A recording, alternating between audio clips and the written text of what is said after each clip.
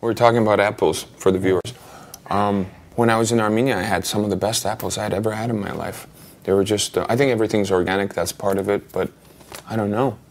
Well, like in the West, in a lot of places, like you don't know if you're buying organic or not. And generally I do buy organic, but even organic doesn't taste as good in the West, for me.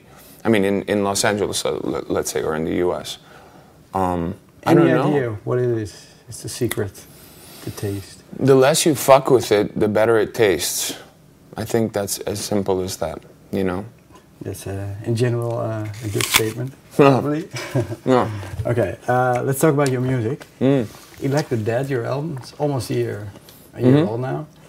How do you look back on your, well, let's say your first solo year? It's been great. It's been a really fun experience, you know.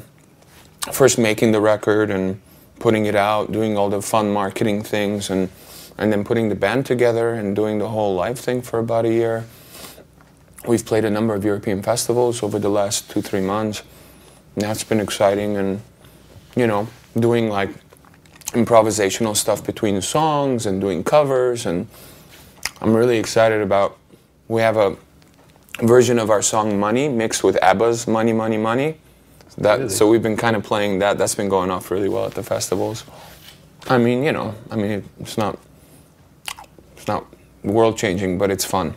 You know? Yeah, but have you, as a musician, then you with your band, have you changed a lot in a year? We've gotten a lot tighter, obviously. You know, the more you play, the more in sync you are, and yeah, I think we've gotten really, really good as a group, as a unit.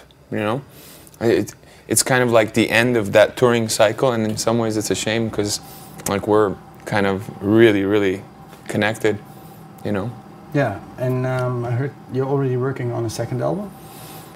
Kind of. I'm putting together all of the parameters that I would need for the second record. I mean, I do have a lot of songs, but I still want to write a whole slew of new songs. And I'm putting together a full world-class orchestra to record with the second record, as well as maybe do a live event with them. I'm also working on a play. I've been composing for a play, which I've done a lot of songs for, and as well as some films, composing for films. Yeah. Okay, so what kind of films? Is there one project that's really... I did some scoring with Harry Gregson Williams on this John Travolta, Denzel Washington film, just a little kind of going in and jamming with him and on different instruments. I did a song with Mike Patton for this movie Body of Lies, which is a Leonardo DiCaprio film coming out on Warner Pictures, probably early fall, I want to say. And looking at other films, reading some scripts to do some other stuff. And the play is with Stephen Sater. He's a playwright who did Spring Awakening. It's a Broadway hit, like an amazing play. If you've never seen it, you should see it. It's one of those genre-bending plays.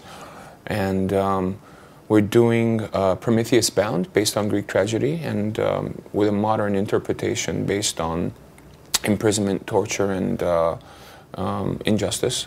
And I've done most of the songs for it. It goes from very classic type of strings and beautiful harmonies to modern songs to noise to electronic to rock, like really interesting, very sad, very, like I was in my hotel room the other night and I was listening to some of the songs back and I just got depressed. I'm like, fuck, I gotta get out of here, I gotta go get some dinner. I just felt depressed. How come? I don't know. Usually my own songs don't affect me that much because I go through the emotions in creating them, so I'm less affected by them in the after effect.